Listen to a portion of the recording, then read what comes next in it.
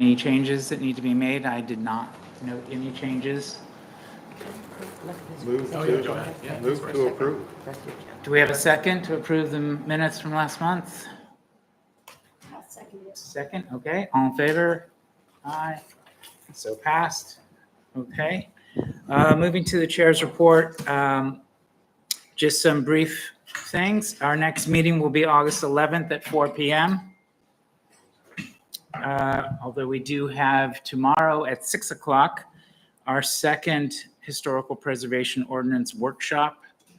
And a slight membership update. I believe everyone has gotten their renewal applications in. We're waiting for that to make its way to the select board agenda for them to up the terms of membership.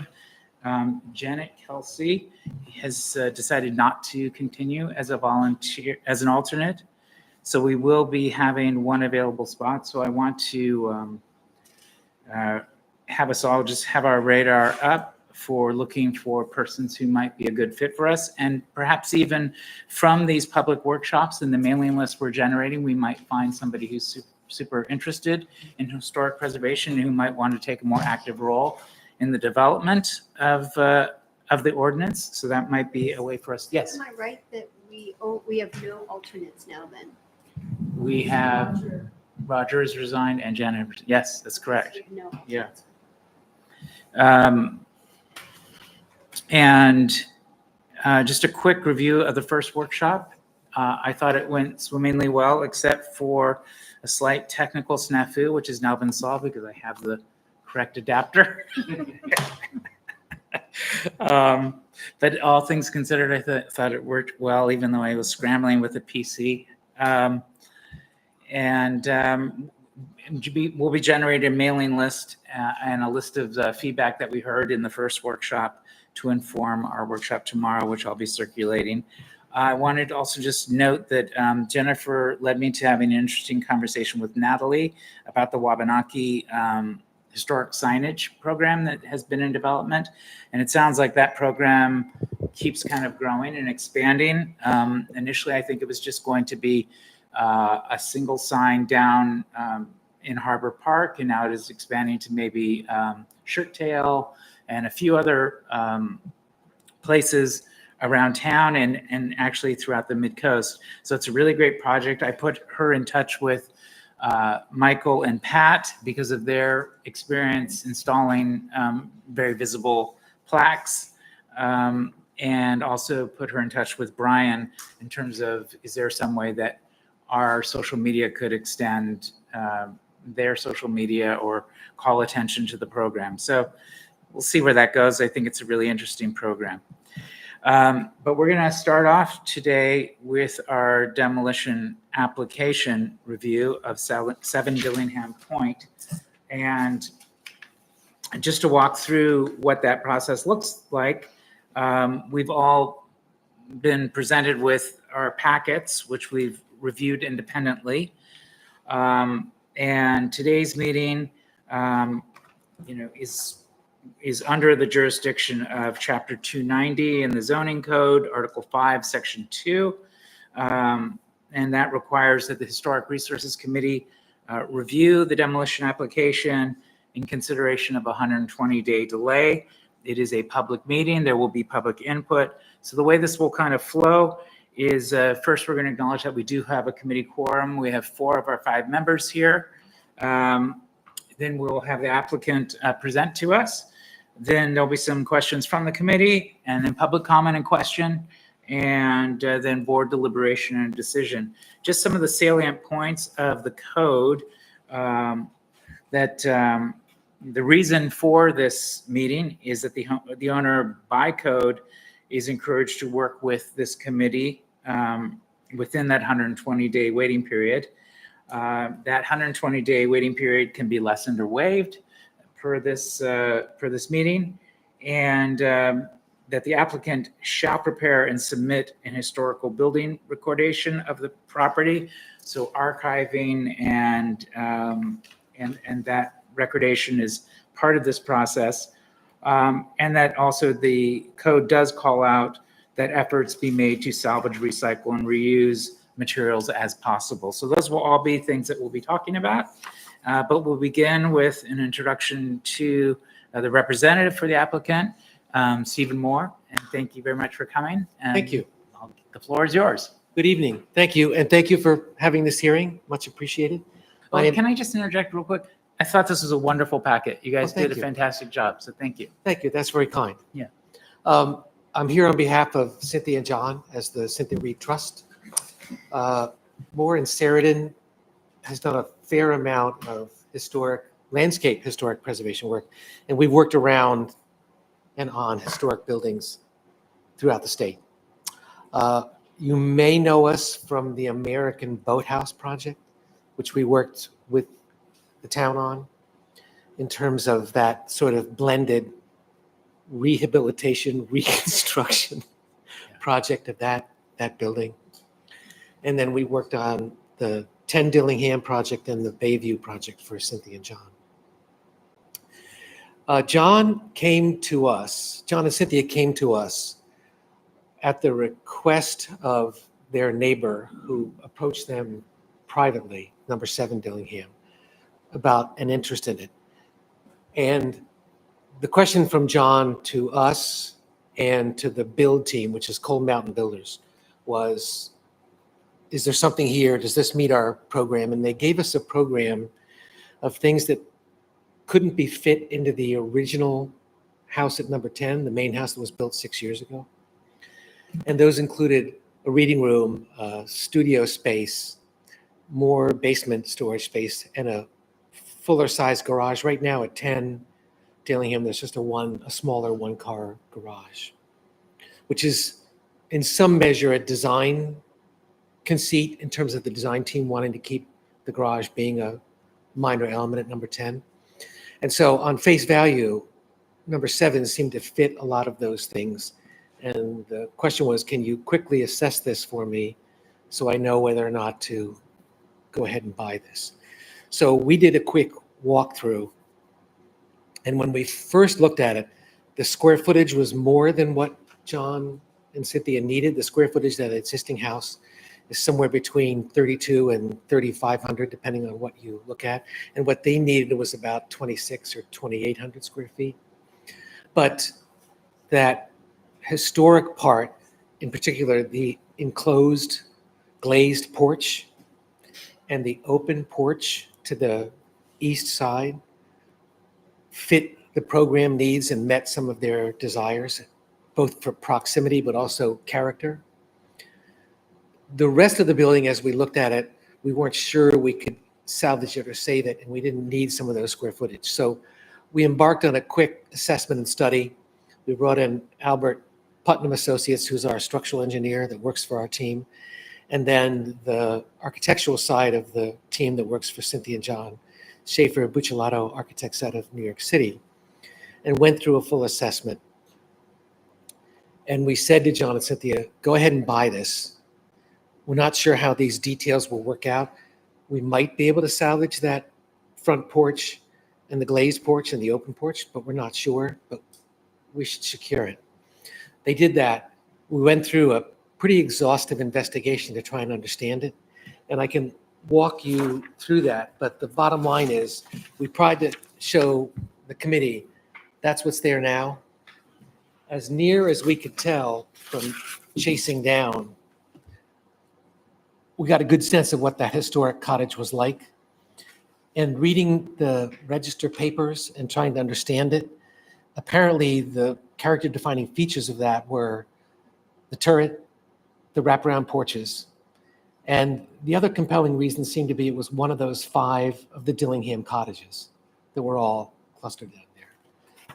Using this and what we had now and a little bit of information, we were able to put together that sequential construction plan that we showed you while the rest of the team was assessing what was going on with it. At the end of the day, the structural finding was the piers under the porches are deteriorated and not able to be reused. They're leaning, they're moving. There's several cracks in the foundation. that would render that foundation need to be replaced under the rest of the building. And the additional square footage under that roof on the second floor with all the bedrooms was really not essential to the Reed's program. So when we did a code assessment, trying to go through the cost benefit analysis of bringing that building up to code and recognizing that about 80% of it was not part of the original historic structure, the design and build team, Cold Mountain, ourselves, architects, structural, said, we need to take it down and remove it. And let's just make the best case for why we have to do what we can do, because we felt that, in particular, with the open porch to the east and the glazed porch looking back into the harbor, by the time we were done, there wouldn't be anything left of the original structure to bring it into full code compliance and get a new foundation under it. That set us off on that path to take the building down and move forward with a new building. Cynthia and John's instructions to us as the design team were, it has to be absolutely compatible and sympathetic to what that original design was. So think of it in terms of porches and those things occupying similar spaces. Let's pull the scale down and the massing down to make it a little more polite and not quite as present. From Dillingham, that last edition of the big garage is a little large in our sensibilities in terms of proximity to the rest of the buildings around there, and a little out of scale with the nearby Spalding house and with the Reed's house. And so we went through a design process with the architects, who I'll just call SBA because it's so much easier. And SBA came back with a couple designs. And then the design that we showed you, that we presented to you, is one that we were comfortable with, meaning the entire design and build team, in terms of a reminiscent shingle style, scaled down with the right sort of roof line, pitches, dormers, porches, glazing, so that it felt like it was the right fit. I thought what was most salient in terms of that information, in that package we sent you, there was a comparison at the very end between what's proposed versus what's there. And part of that for us was addressing that whole issue of the massing, trying to drop that ridge line down and keep some of those nicer features of the dormers and the glazing accentuated. So that's where we've been. And we've been careful about documenting those steps in the process. We understand it all. We're still going through design refinement and some color selection and some of those other details, but we felt it was important to get in front of you, talk about where we were and the reasoning behind why we're doing what we're doing. We did go before a zoning board of appeals and felt that that was an important step. And while I recognize that we're the landscape architects on the project, and we have a voice in all these decisions, for us and for the Reeds, the preservation of those trees, that landscape character was, without question, the essential design driver for us, for the Reeds, and for the architects. So that, in huge measure, those 150, 160-year-old red oaks push that design back into that footprint. And we tinkered with smaller and bigger, but we ended up right there because in large measure that landscape preservation for us was as essential as getting that building form correct. So that's where we are. In our minds, on the interior, a lot of the second floor doors, not much of the trim, the banisters, the stair treads going up from first to floor, second, maybe that mantle in there. It's not that great a mantle. Nothing else in there is really salvageable. There are a beautiful set of doors from the main living room into that enclosed porch. And the windows in that glazed porch are pretty wonderful. So part of our process is going to be, when we move forward, we'll be going through about a 30-day salvage process. Cold Mountain Builders is going to go in and strip out everything that we deem or another agency deems appropriate, and we'll get it into them through Cold Mountain rather than letting other people come in. That's a liability management and a care and follow through. So anything that can be salvaged will come out. A lot of the trim is just flat stock. There's nothing special about the trim or the other glazing. So we'll be going through that. Our request of this board, as we've been studying this, is we'd like to look at that 120 being reduced to 60 so that we can follow up as needed, and then we can start the interior removals at 60 and then begin the actual building takedown at 90. But again, we're open to those discussions with you about what you feel isn't appropriate. Great. So Thank that's our long and short spiel. I can talk colors, I can talk texture, wood shingles, wood shake roof, wood trim, very traditional gray-green colors that'll all be somewhat muted. But that's the cursory run through to Great. keep it short and turn it back over to the committee. That's fantastic. And we'll follow up with questions. I have a question about timetable. So the application is, as I understand, was submitted June 16th. So my understanding is the 120 delay begins per that date, not per this meeting. Is that correct? Actually, they submitted in May 22nd. May 22nd. Explain all that, but yeah, May 22nd, so we put it in September 22nd. Okay, so we're already well into our 120 Yeah, days at this I didn't point. realize that. I thought it was effective when the board rendered your decision. I had initially thought that as The well. application was submitted May 22nd, 2025. That's when we got an application that they decided they were going to May demolition. They weren't sure at first, 22nd. right? Right.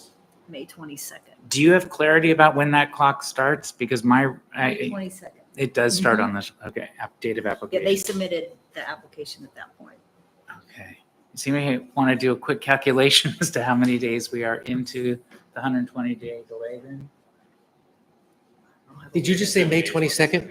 May 22nd is when you submitted. So you have until September 22nd would be 120 days. But you want to know how far. you And so are. what date are you, hope with a 60-day wave, what are you? We were trying to looking- get to September 15th. Ah, okay. And so we're already at September 22nd. We're very close. Yeah, so that, in, Maybe in the world that we inconsequential. live in, it's really up to, it's up to you folks. You tell us Yeah, okay. if we're successful, where you land on this. But So, September 22nd is not a problem. okay, so our members have watched the zoning board meeting, but I wondered if you might just summarize the result of that. Sure. It was a little unusual, having done several hundred zoning board meetings in my career. I've never had a zoning board break, go out on a site walk, and then come back. That was different.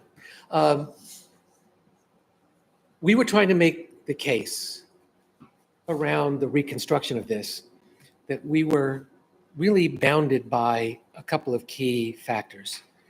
The tree preservation zone that I mentioned briefly here. We've had Sunset Knoll and an arborist, Kyle, look at this, and we've established a pretty firm and clear tree protection zone around each of our big trees. And we have a construction protocol and a tree care protocol to prune them and feed them before construction starts and then protect them during construction. We have that 75-foot setback off of high water, part of which the structure is in. And then coming down that south side, all the utilities that we're serving or are serving number 10 bound us on that south side. So our ability to shift and move that building footprint around is pretty tiny. And we really have no way to move it east and west, but we had a couple of feet to move it north and south. And so we went through that process, and my take on it was the board was unconvinced that we had made the case, which is why they went out for the site walk. So we went out for the site walk, and I think seeing it in person and understanding it on the face of the earth and seeing the size and scale of these trees was enough for the board to realize we get it, and we're not empowered to ask the applicant to make this building smaller. We're empowered to say yay or nay. And so I think when they came back and debated that, I believe if you've watched it, you can see they sort of reluctantly came to that decision that this is where we are. And they labored through that and made that decision. Go ahead. Great, thank you for that. So I'll lead off with a question, then I'm sure others have other, but cost effectiveness is not, it can be, but is not always a determining factor in restoration or rehabilitation. So can you detail, you kind of outlined it at a very top level, but can you maybe drill down a little bit on the analysis of that led to the conclusion that demolition was the best recourse? Yeah, 4 really key points. We understood immediately after reviewing that foundation that we'd have to brace and lift up the entire house 6 or 7 feet to peel the foundation out. And because of the tree protection zone, we had to work inside that footprint. So that became a pretty substantial obstacle. Integral to that was taking all the interior finishes, taking it back to the studs. And then the idea that actually what we'd have to do would be reframe it to the new 2x6 construction. Take out all the windows, probably before we lifted it up, and settle it back down. So that was a factor in terms of that stripping of the interior. We knew from the get-go that that entire garage structure would have to go because it was just superfluous. And at the end of the day, when we went through those calculations with Cold Mountain, the sensibility was, when we're spending that kind of money, what are we going to end up with? And our benchmark was, we were undeterred at the boathouse because we understood the historic importance. Here, it didn't seem where 75 or 80% of the building was already adjusted. Why would we spend several million more to save that when it just wasn't really feasible? So It those would lengthen the duration of the build and be more intrusive and not end up where we wanted. You're under no obligation to share with us those kinds of numbers, but you just said millions. That's the kind of differential you were looking at. Yes, it was that. The issue was lifting the building up and then working from the interior to fold the foundations down, clean that out, and then reform under that building. And we don't have any way to move it over. There's no place to set it aside. The point back to this committee is, we didn't take this lightly. This was not a decision that we just said we got to take it down. It was something that we understood. Yeah. That let's make it the right move. Great. Thank I you. rounded up, by the way. Okay, thank you. I have other questions, but our members of the committee have anything they'd like to ask before I steamroll? I have some questions, Jerry. You have no questions there? Are you go? Yeah, so you mentioned in terms of the reuse part of this project that you intended to work with Cold Mountain Builders to have some of those elements removed. Yes. And then I also noticed in here that you were going to work with Habitat for Humanity. I think Jay Fisher, who is Cold Mountain Builders owner, Uh-huh. is going to connect directly with Habitat. Okay. And- So is the intention for them, for Cold Mountain to remove those items and then Habitat would absorb it? Correct. And, okay. Habitat or whoever else can come along. Okay. But again, because what we found over the years is that we need to control it. We need to we can do a more careful removal, and we can do a more careful handling and stockpiling, and then we can do it at our speed and get it done. And could you just restate what you intend to save again? It was the doors and, Right now, this is what we know.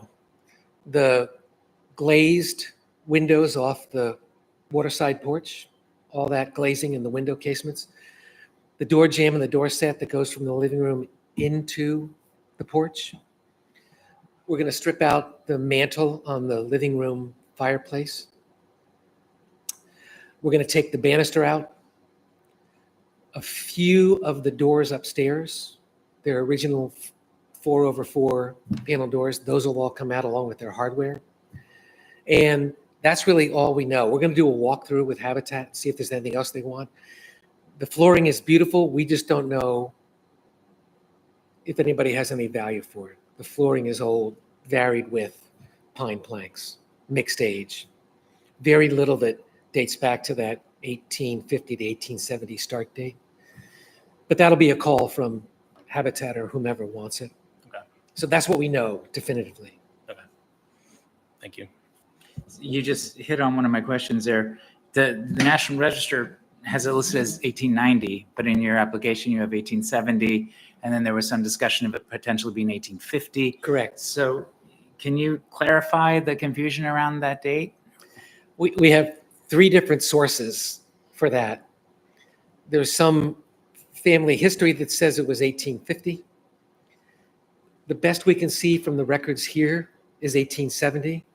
And looking at it and understanding it from Jay Fisher's perspective, he has it dated 1870 based just on what he's seeing underneath in some of that original framing. It's hard to tell because it's been so badly mashed up to know things have been sistered on, things have been changed in the structure underneath. So we are convinced 1890 is too late. But that's our, Okay. that's from poking and prodding and understanding it. Okay. So you did a fantastic job of itemizing dates of restoration and renovation, rehabilitation, the history as you could discover it. As best we could. Yeah. I'm curious what your process was there, and is there still more extensive research that could be done if there was a more robust archiving of the history of the house, or do you feel like this was pretty exhaustive? This is everything we could glean from historic here in town, from register information, from prior owner and prior owner mother. This is the best we could sift through. And looking at some old photographs that we have, there's the one historic photograph from the register for the nomination.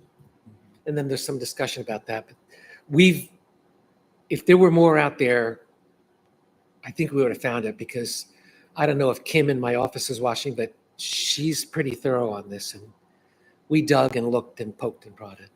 Well, I know that when we created the Chestnut Historic District Walk and the brochure, we had some pretty eager beaver historians looking into it and researching the Dillingham Point and the cottages. We didn't come up with much more either. So, Just not much there. okay. Let's see. Any other questions, or shall I go on? Did you have a question, Jennifer? No, Okay. is he writing it down? Okay. Is this our open session of This is open Asking question. questions. Yeah, yeah. Do you have a question? Yeah. Stephen, as usual? Oh, get your very mic, fine job and all that. Thank you, Chris. And my only question is the foundation really terrible? The reason I ask is because number 10, the main house, I've been in that house when I was a summer person. And it's the most beautiful basement I'd ever come across. It was really sort of nice down in there. But that's still there, isn't it? But so this basement is nothing. No, and it's hard to respond to really terrible. The piers are terrible. The piers that support the porch. Really terrible? No, it's just in really bad condition. And the design team wasn't comfortable putting a new house on that foundation, given the age of the concrete and the condition of the concrete and some of the cracks and pieces in it. And one of those voyages of discovery, Chris, was, so why don't we just pour a new foundation interior to the old foundation and cap it? And that became another exercise in futility. Been through all those things. So I would say under those later additions to the west, it's in reasonable condition, but everything original is in poor condition. But were any of the houses down there built together or by the same contractor? But what's his name, Brown? Had a lot to do. Not that I've seen, not that I know of. But Brown was the builder. As a Norumbega. Yeah, exactly. Exactly. Great. There was some language in your application. I just wondered what you meant by it. It specifies that the new structure will be, the site will be historically accurate in a historically accurate manner. And I was just curious about that phrasing, what that meant. I mean, I think I get the gist of it, but I'm just curious about it. Now you're in the sweet spot of Moore and Sheridan.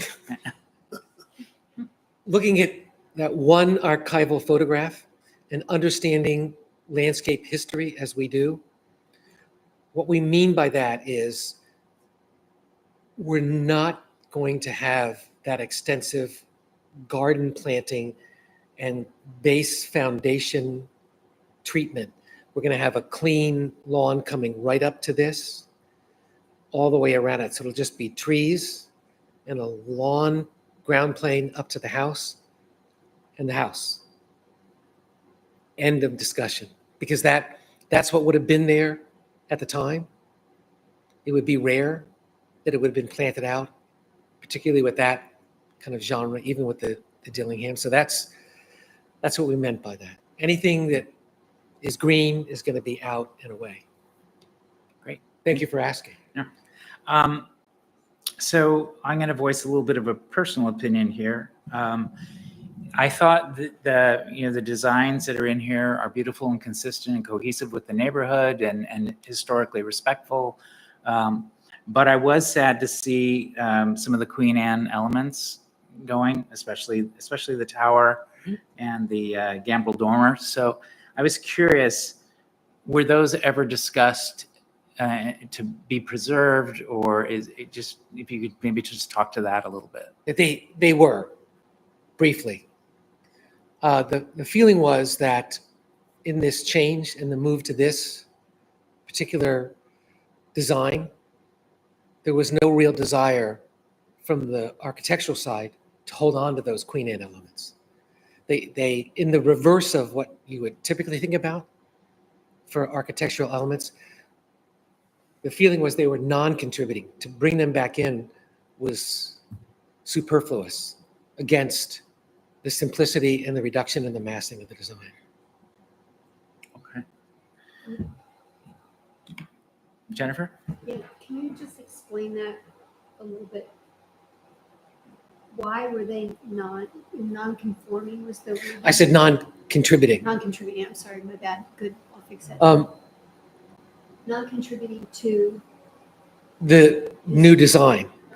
right, To the new design. The feeling was that the new design, the design that SBA had put together, had a strength of its own based on the massing, the roof type, the pitches, the dormers, and the fenestration. And that to bring back a gambrel form or bring back the turret would be superfluous. It would be, superfluous is not right, would not be in keeping with the current design and would be, not, Again, would be this is- not complimentary. thank you. I'm using the reverse in that, as all of you around this table know, in historic design, we have contributing and non-contributing elements. And for us, we were the landscape architects. Our voice was faint in this discussion, but from the architect's perspective, introducing the turret in particular, but reusing a gambrel form, which just wasn't, dormer form just wasn't seen to be adding anything to the design as they had it. But that's a little bit contradictory with your statement at the beginning that saying you were trying to adhere to the original architecture of Dillingham Point. It is at odds with that. Okay, It is slightly, yes. just so we are all on the same page. Yeah, it is slightly. What will be your steps for archiving the history of the home and the process of demolition? Because we do have the Secretary of Interior standards that are really part of the application process, but something that we have tried to evoke in terms of Mhm. the 120-day delay. We've always hoped for that to be a condition of us waiving or this conversation. So I'm just curious what conversations you've had about that. Or, The only thing that we see remaining, because we've done a fairly good documentation on all the exterior, we have all those heights and dimensions, and we have the exterior very well documented. We've got that floor plan documented. Based on the discussion with you, we would go ahead and put together our interior photographs, and that was going to be our documentation for the record. If there's some feeling that the committee would benefit from knowing what happens as we peel it apart, we're happy to do that. I know that we, would love a digital package, as it Sure. were, for archiving purposes. Sure. Yeah. Do we have further questions before I open up to the public, or? I do, can I ask? I think oh my gosh, I need my glasses. The paragraph E is a historical building recordation of the property consistent with the Secretary of Interior standards and guidelines. And that includes not just drawings, but it also includes a history of the property and what made it be architecturally or historically significant. So I think that which I assume would be a written, some kind of to go along with the measurements and the drawings and the picture. And you've already done, I think, a lot of that, but if, Yeah, but we're happy to produce a condensed version of what we put in that application in terms of what we know and that history. Yep, happy to. A summary of I it. think it's just important to keep it. If we're going to lose the building, we should have the history Sure. and we should save that as much as we can. That's what our job is here. No, sure, no issues. great, thank you. You Um, essentially have a HABs report already done. We're there. We just didn't go to that level, but we can. Great. Do we have comments from the public? If you could, please take a seat next to a mic and Sit, join the party. just please identify yourself. My name is Barbara Spalding. My siblings and I own 8 Dillingham Point. The other, my sister and brother. The only other remaining Dillingham cottage, though there is a part of 6 Dillingham Point left. And I just had a couple of things to say. We have some pictures of the building interior. A couple of my parents had their wedding reception in that house in 1951, October. And we could probably get you some copies of That'd be pictures great. if that'd be Thank you, helpful. Barbara. We also, our house and Arequipa, the other Dillingham Point house that was taken down to build the Reed's number 10, was built by Cyrus Brown. And we believe that all of them down there were built by Cyrus Brown. That's what we've determined as well. Thank you. I would be very interested in seeing the history that you wrote? Is that going to be posted to some place? It is not part of our official process to post it, but I would love to make it available. I can email it to you. The history that was included in the package. Sure, I Yeah, can email yeah, it to yeah. you. Is that public information? Is it? I saw the packet. I didn't see that narrative. It's embedded in there it's embedded in a whole series of paragraphs. It's not you have to read through it to get to that. To a link that goes to it. I'll send it to you. Thanks, Shanley. I'm wondering if more materials could be reclaimed to avoid landfill.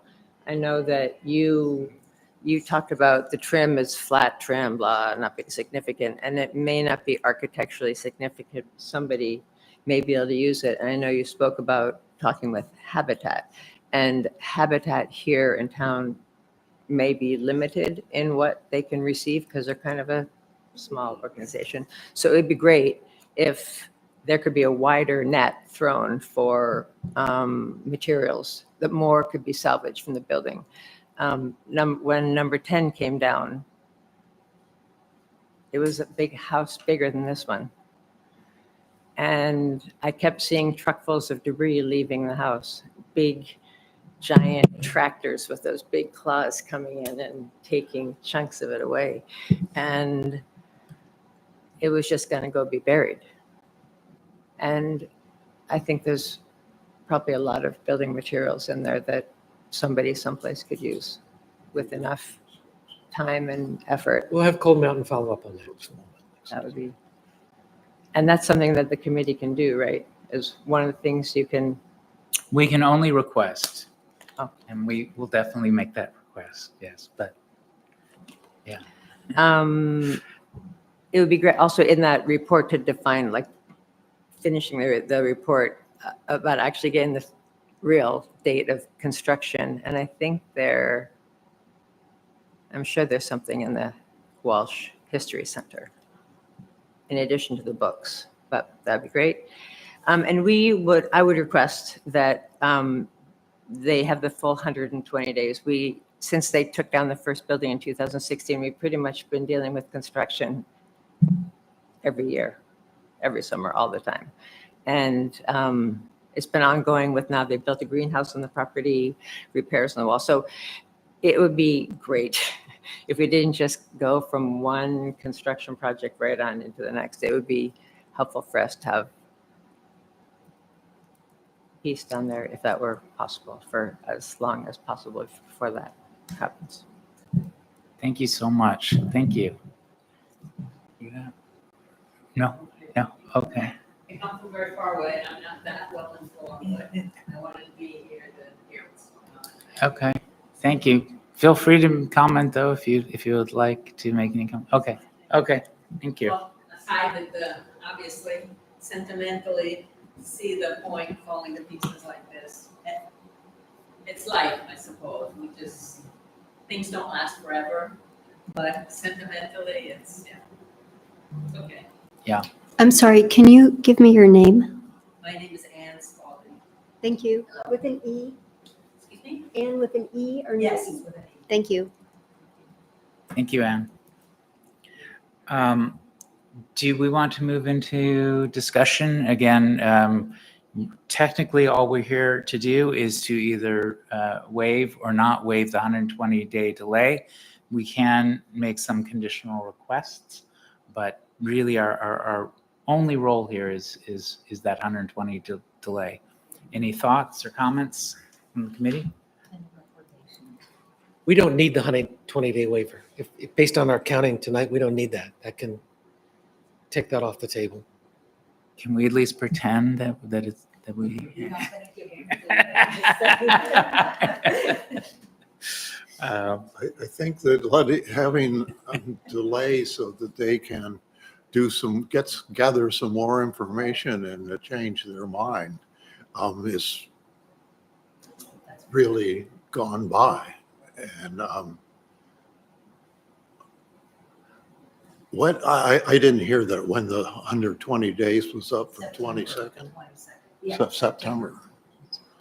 That's 60 days from now. It's moot, Chris, because our thinking was we'd start on September 15th, so 7 days is not, There's really not any need to.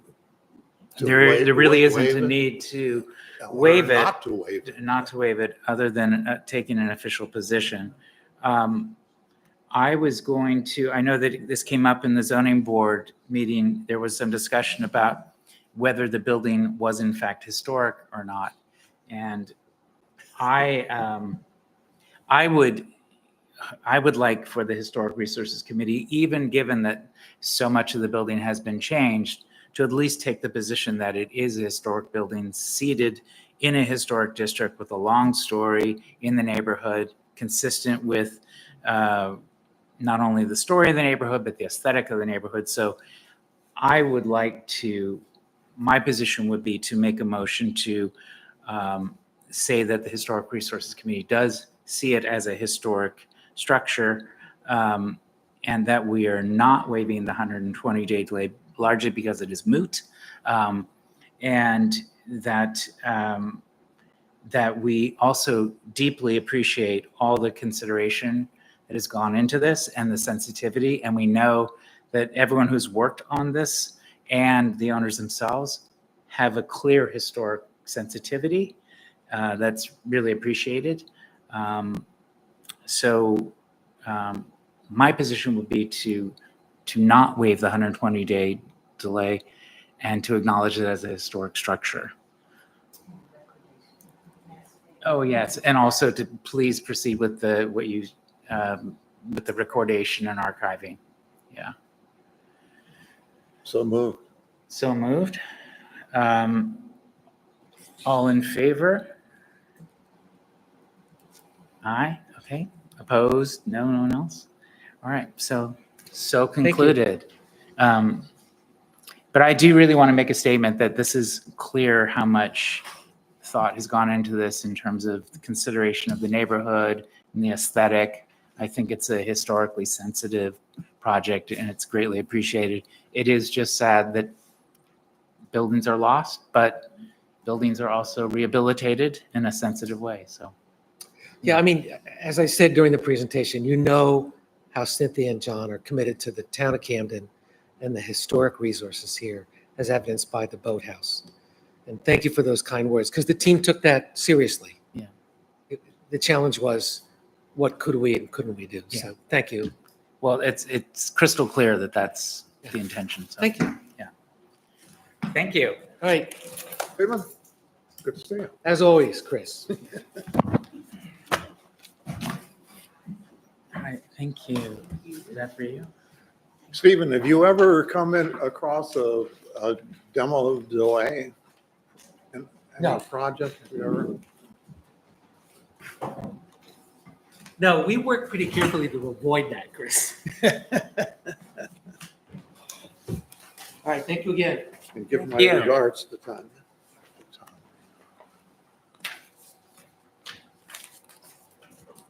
Right.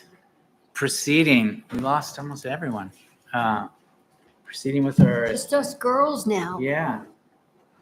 Thanks, everyone.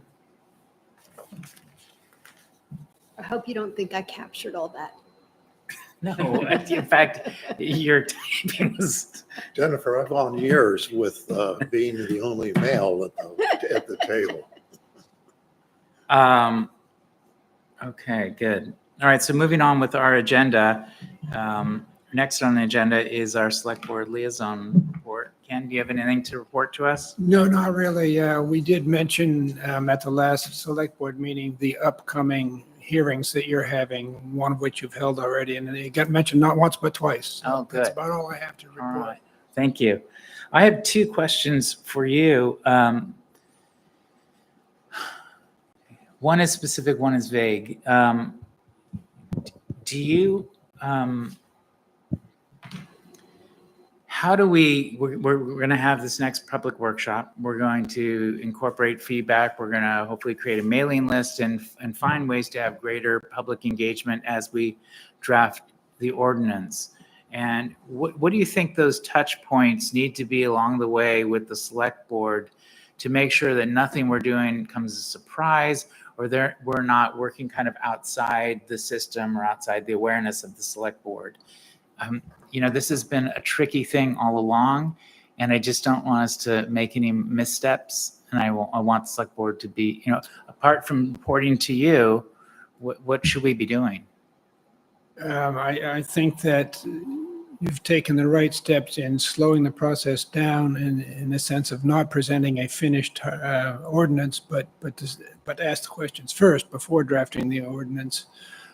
So the pacing and the sequence seems to be fine. It doesn't come up that often. I mean, what do you do with a brand new ordinance that never existed before? How do you present it? But your methodical and public means, and including the select board is very much appreciated. So that when you have a draft, whatever you have a draft, no matter how rudimentary it is, that you just share that with the board. Do you think that that first step then is presenting that draft that has come through a public workshopping process, or is it presenting an executive summary to the select board to say this is the direction we're heading and then sending the draft?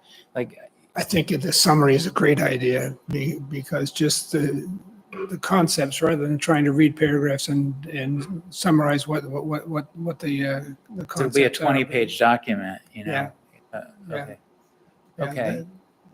All right. Super, just a paragraph of what the goals, what you want to achieve with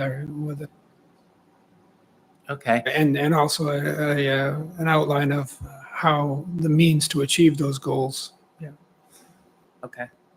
And then my second question is, as we all know, Article 7 passed so that Montgomery Dam deconstruction or demolition is in process, it would seem. And we were largely sidelined in the process for advocacy one way or another, or we weren't really allowed to fulfill our advisory role in that over the last 2 years, I don't think. And now we have a case where the dam will be removed and a new design will be created. And there are certain points in the process that has to require us, by town code. But I think that rather than us just checking boxes, I would like us to be able to be more proactively involved in terms of whether it is preserving the history of the dam, signage, whatever is going to manifest in terms of design. And I have really struggled with how to interject this committee and exercise our advisory role when we are kind of pushed to the sideline by a lot of the entities that are making decisions. I don't know if you have any insight on how to make sure that we don't find ourselves completely downstream again. Yeah, Chris, good question. I don't have any insight. I don't know what the procedure will be and what the sequence of events and the timing. It's getting permits are more the challenge than the design, I think, for initially.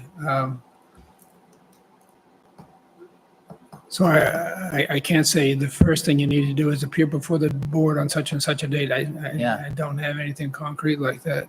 Yeah, I'm sorry. No. Does every step of dam removal and what have you move through the select board in any capacity, or is now the town just kind of operating with? I'm assuming that there is grants involved and that requires board approval, but again, I don't know the specifics of what the process will be. It has not come up since June 10th. It has not been on our agenda yet. Okay. I know the next grant application is due this Thursday. This Thursday. And that will be the application. So the prior grant was design And so this will be like the grant for the construction phase. And so as part of applying for that grant, the design has to be 90% done By Thursday. Thursday. Wow. But because there's been a lot back and forth between the library, so I'm putting my other hat on for a minute. But it's our understanding that 90% design done includes things like the decision to take the dam down, and that you're gonna, like, what you're actually taking down. So it's much more of like construction-y, engineering-y, and not like, what's the final thing gonna look like? So the way they use the word design will be different to a lay person like us Mhm. than what they're thinking. So there will be a lot of time to work on all those details. And I don't know what the time frame is, but I think they're looking at like a summer 2027, Yeah, that's- right? To actually like put a shovel in the ground. Can you say that date again? Sorry, I was thinking about- Summer 2027. Oh, wow. Okay. So, and I presume that. And this is all just Jennifer hearsay and Right, stuff. right, right. Yeah. For But- people to come to their senses. So I presume that for you to know this, that this is largely a discussion by the library board, which means it's mostly as it relates to Harbor Park, right? Well, the warrant says that anything that involves work in Harbor Park requires library board approval. So that was our big question that had come up last week and this week, is if you're sending this application in, like, does the library have to hurry up and call a library board meeting and approve it? But we don't need to approve what they're doing for this grant. We're not worried about that at all. But I would presume that the actual demolition step then absolutely has impact on Harbor Park. It's Right, not a so they completely- can't drive a bulldozer into Harbor Park Right, right, without right. the library Right. board voting yes first, That makes right? sense. Okay. Right. Great. That, at least that's the library board's take on it. If you, I know you wearing two hats is sometimes challenging, but just to ask, do you think it would be productive for us to meet with the library board or the board chairman, chairperson to find ways to work with the library board, or will they just see that as? I think we're it's a not- little bit early right now, and I think, I don't know who from the town is like in charge. Mhm. It's been kind of tough this month, because Audra's away at this multi-week training Okay. thing at, where is she? Georgetown or Yale, or I don't know, Good. some school. Right. And so everything's kind of fragmenty, and they're just scrambling to get this grant in. But at some point, there's going to have to be like an oversight committee. There's going to have to be some people that are shepherding this whole thing through for years. And that's probably the insertion point, Yeah, well, great. If you can kind of right? keep You want your a eyes and person ears on that peeled for committee, right? at least us having the conversation about making that request, that would be fantastic. Has the actual, who is designing this? Because the I mean, MRCC is has it been the- is it- dissolved. is it Do you the mean from the original people that engineer? were doing this? Because we have all these pictures of this lookouts and things like that, Right. and the water sort of not disappearing into the front yard of the library. But who is actually doing the design of what's going to happen, how it's going to do, and what it's going to look like afterwards? Right. I know that from an engineering perspective, it's still going to be Interfluve, I understand. Right, But- the Interfluve has a responsibility to deliver those 90% designs. Right. But then there'll be, Interflu is doing the design work that they're just continuing on what they. no, Voters there'll approved be, C. there'll be landscape architects involved. Interfluve is not architects, they're engineers. Yes. So they like build the thing that the architect tells them to Who's build. doing And then the the- engineer the- comes back and says, you can't do that. Well, what's that guy's name? Amen? He's done sketches. I don't think Yeah, I can't remember what firm he's from. And I think Blake is going to be involved as well, Blake Sanborn. the one who did the Inner Harbor resiliency thing. What? I said, this room is driving me crazy. It's the reason I can't respond in these meetings, is because I can't hear what's going It's on. too loud. Yeah, there's just, it's Yeah. the Oh, is perfect it size to echoing? make it a We can reverberation. just not talk. Nobody on TV needs to hear.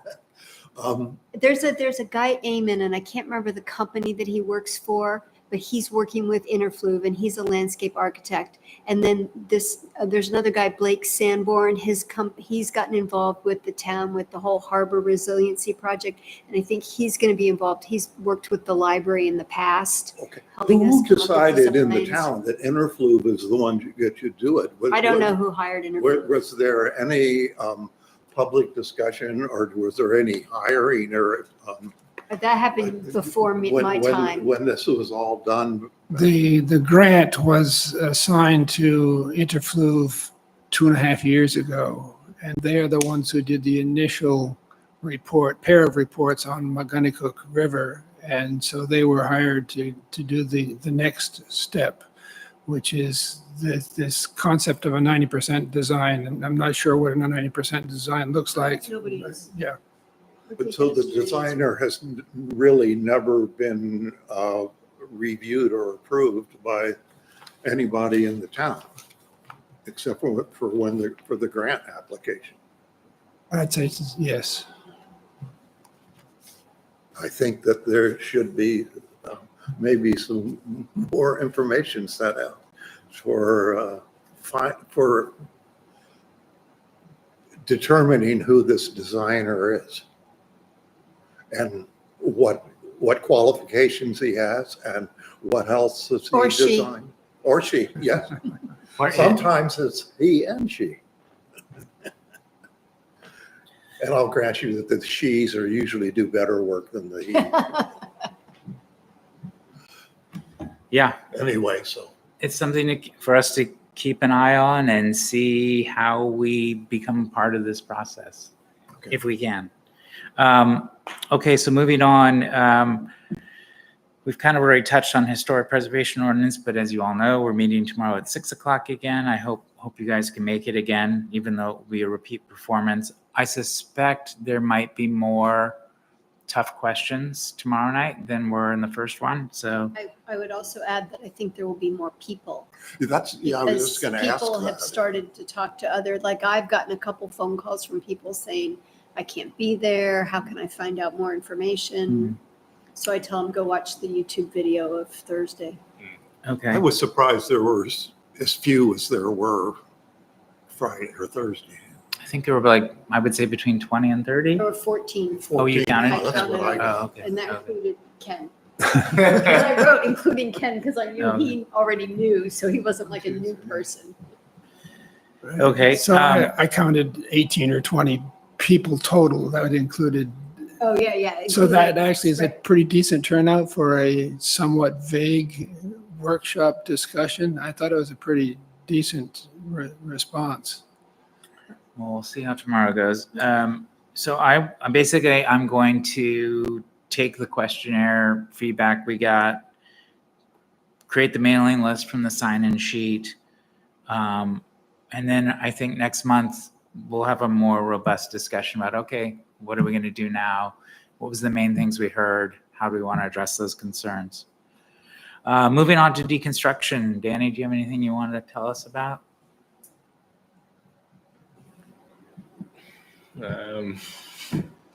Not really. I don't think there's anything new. What about the Dillingham Point? Is that something that you'll be having any conversation with them about, or? Yeah, I mean, I guess I don't know if I'm a little curious, like how the committee feels about how I address these sorts of situations. Aggressive.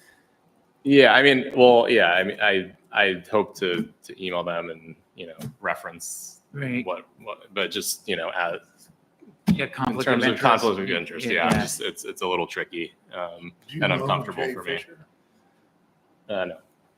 Oh, well, he's a very good guy. Uh-huh. One of the last. But I Well- mean, he's reasonable to talk to and things like that. Be glad to have. Yeah, the conflict of interest is I mean, it's there. It's a sensitivity. At the same time, we are trying to develop Yeah. ways for people to deconstruct and reuse materials. So, at this point, I would say just continue to be, aggressive approaching those, those homes or structures that we know are being torn down, and those property owners will make their own decisions, and it's just good for them to know the resources available, Right. and that they can contribute in that way. But Fortunately, I had someone here who was sort of doing the job for me. Yeah. But yeah, I intend to follow up and hopefully convince them that there's other materials that are worth saving. great. Plaques program. Anything to I have report there? nothing, Jennifer has nothing to report because I need to meet with Pat and we have both been away alternating times, so we haven't synced up yet. Just so you know, I got a text from Danny Katz, our outstanding applicant, and he was asking if he should reach out. There does seem to be some impatience there, and I received another application. Oh, So- okay. Just got it.